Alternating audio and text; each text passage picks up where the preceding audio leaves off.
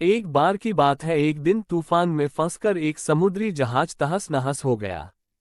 उसमें बैठे सभी यात्री समुद्र में डूबकर मारे गए, बस एक आदमी को छोड़कर।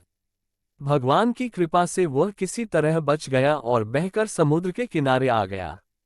उसकी बेहोशी टूटी और आंख खुली तो उसने खुद को एक उजाड़ सुनसान द्वीप में पाया। वह भगवान से प्रार्थना करने लगा, भगवान मेरी मदद करो, कोई मदद यहाँ भिजवा दो। दिन गुजर गया, रात हो गई, लेकिन उसके लिए कोई मदद नहीं आई। समुद्र किनारे सोकर उसने रात गुजारी। अगले दिन उसने फिर भगवान से मदद के लिए प्रार्थना की, लेकिन कोई मदद नहीं आई। इसी तरह कुछ दिन गुजर गए।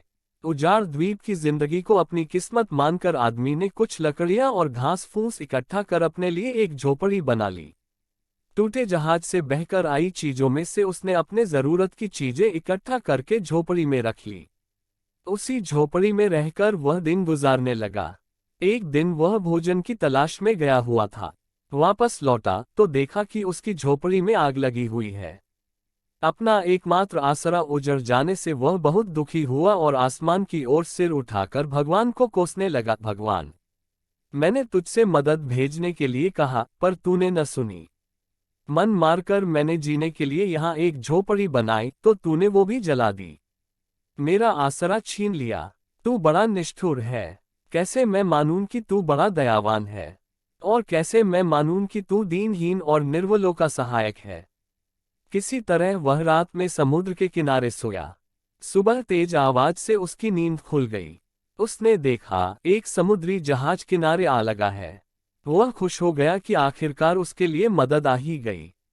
वह जहाज पर बैठा और जहाज चल पड़ा। उसने जहाज के कप्तान से पूछा, आपको कैसे पता चला कि मैं यहाँ इस उजाड़ द्वीप में फंसा हूँ? हमें रेस्क्यू के लिए फायर सिग्नल भेजा गया था, पर मैंने तो फायर सिग्नल नहीं भेजा। आदमी ने कहा, लेकिन हम तो फायर सिग्नल देखकर ही आए हैं। जहाज के कप्तान ने कहा। तभी आदमी को अपनी जलती हुई झोपड़ी याद आई और वह समझ गया कि भगवान ने उसकी सहायता भेजने की प्रार्थना सुनकर उसकी झोपड़ी जलाकर समुद्री जहाज को उसके इस द्वीप में फंसे होने का संकेत दिया था। वह सोचने लगा कि मनुष्य सुने व न सुने पर भगवान सबकी दिलों की सुनता है। भले देर से सबेरा हो पर सबेरा होता जरूर है। वह भगवान को दिल से धन्यवाद करने लगा। दोस्तों, ये कहानी आपको अगर अच्छी लगी हो और हमारे चैनल पर पहली बार आए हैं तो सब्सक्राइब कर बेल आइकन जरूर दबाएं, ताकि हमारे नए वीडियो का सूचना आपको तुरंत मिलती रहे। धन्यवाद।